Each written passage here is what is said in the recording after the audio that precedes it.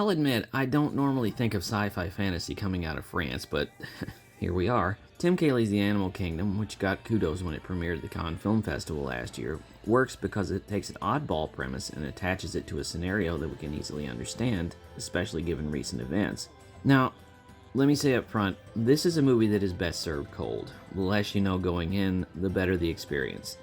So in that case, the movie takes place at a time when the world is facing a plague. For reasons that remain unexplained, ordinary people are turning into animals and slowly losing their own humanity. This, of course, causes panic, especially amid government officials who want to round these people up and put them in cages.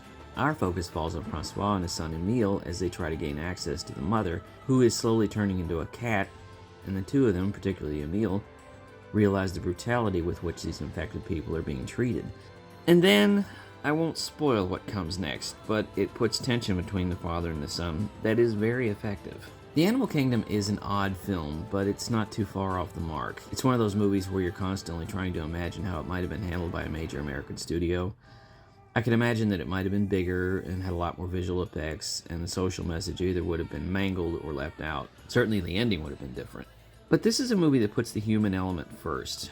There's a virus that nobody can identify, it has devastating effects, and no one can or will do anything to deal with the human beings involved. They're treated like animals, like something disposable, and therefore something to be treated like an object. It's a shock when you realize that this has been the course of human events going back to the Black Plague.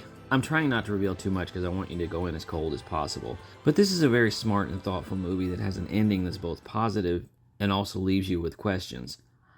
I liked it a lot. I give it an A-. I'm Jerry Dean Roberts, and I'll see you next time.